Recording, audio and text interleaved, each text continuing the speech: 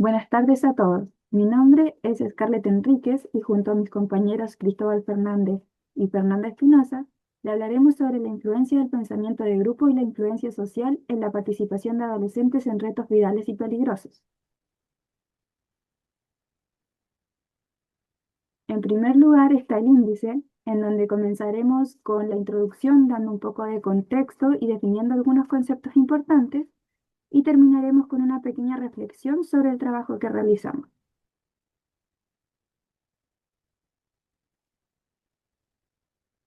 Bueno, para comenzar tenemos dos fenómenos importantes que definir.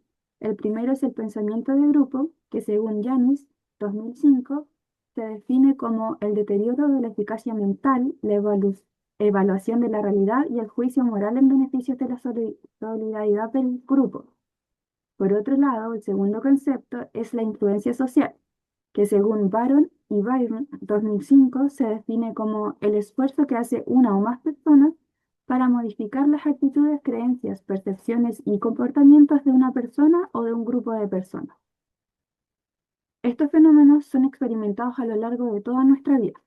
Sin embargo, en esta oportunidad nos enfocaremos en la vulnerabilidad que tienen los adolescentes respecto a la tecnología y a su vez con esto los expuestos están a los muchos retos virales peligrosos y el efecto de estos dos fenómenos mencionados en dichas situaciones. Bueno, en la adolescencia el deseo de pertenecer y evitar el rechazo social se vuelve muy fuerte. Esto hace que los adolescentes se unan a grupos en donde encajar se vuelve la prioridad, incluso si eso implica actuar sin pensar en las consecuencias posteriores a sus actos. Según Cialdini y Goldstein, la aprobación social puede llevar a tomar decisiones solo para evitar ser excluidos. Hoy, con las redes sociales, este fenómeno se intensifica. Muchos jóvenes participan en desafíos virales no por interés propio, sino más bien por presión del entorno digital. Tal como lo demostró Ash, la presión del grupo puede hacernos cambiar de opinión incluso si sabemos que eso está mal. En este entorno, la tecnología juega un rol clave. Castells habla de la autocomunicación de masas, que se da cuando los propios usuarios crean y comparten contenido. Esta forma de comunicación hace que la presión sea más inmediata y más visible, afectando la capacidad de pensar de forma crítica de los individuos.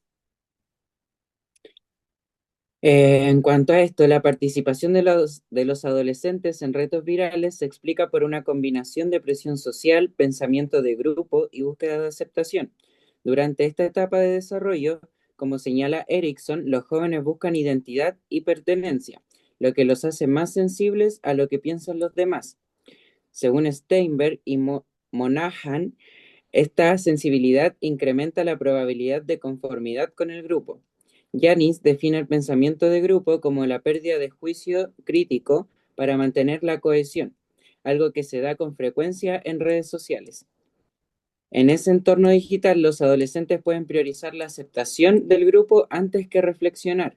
Si sus pares validan conductas como los retos virales, es más probable que estos las imiten. Cialdini y Goldstein explican que las personas tienden a alinear su conducta con la norma del grupo para evitar el rechazo. Por eso, muchos adolescentes participan en estos retos no por propio interés, sino por el deseo de aceptación y reconocimiento social.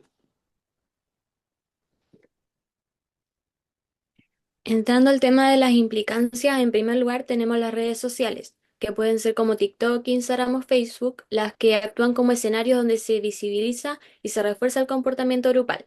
En estos aspectos los adolescentes no solo se entretienen, sino que también negocian su pertenencia social.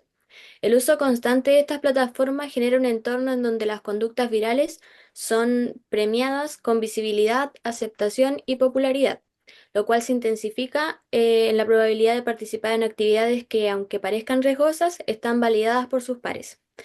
En segundo lugar, tenemos el juicio individual. Y es una de las principales implicancias en el pensamiento de grupo. Por esto, cuando se prioriza la aceptación por sobre el análisis propio, se debilita la capacidad para poder evaluar riesgos y las consecuencias de manera personal. Erickson mencionaba que esto es especialmente delicado en adolescentes quienes están en un proceso de construcción de su identidad. y suelen ser más vulnerables a las normas de los grupos. La influencia de la masa puede llevarles a tomar decisiones sin reflexionar, repitiendo conductas sin cuestionarlas, como es lo que ocurre con los retos peligrosos. Se trata de una forma de desindividualización donde lo grupal pasa a ser más que lo personal.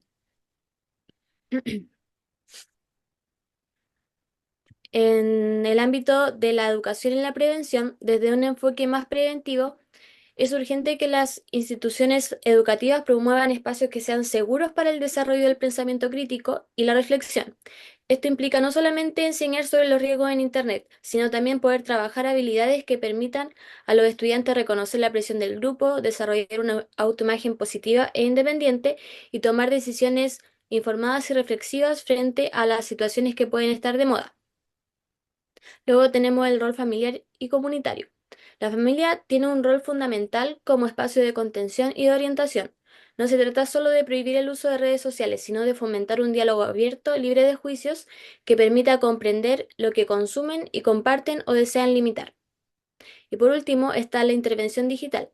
Las plataformas digitales pueden ser aliadas en cuanto a la prevención y para ello se requeriría diseñar campañas que sean atractivas y que desmitifiquen la participación en los retos virales, utilizar a influencers o a figuras juveniles que promuevan mensajes responsables y también fomentar una cultura online que normalice el autocuidado y el cuestionamiento crítico.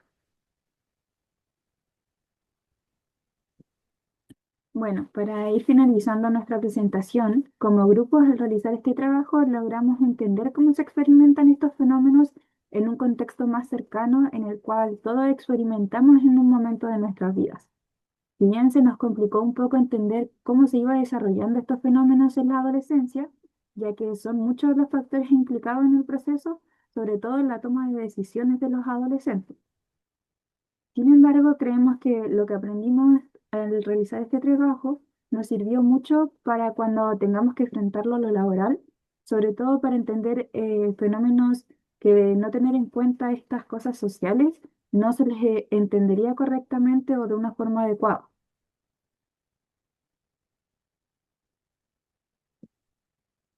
Muchas gracias.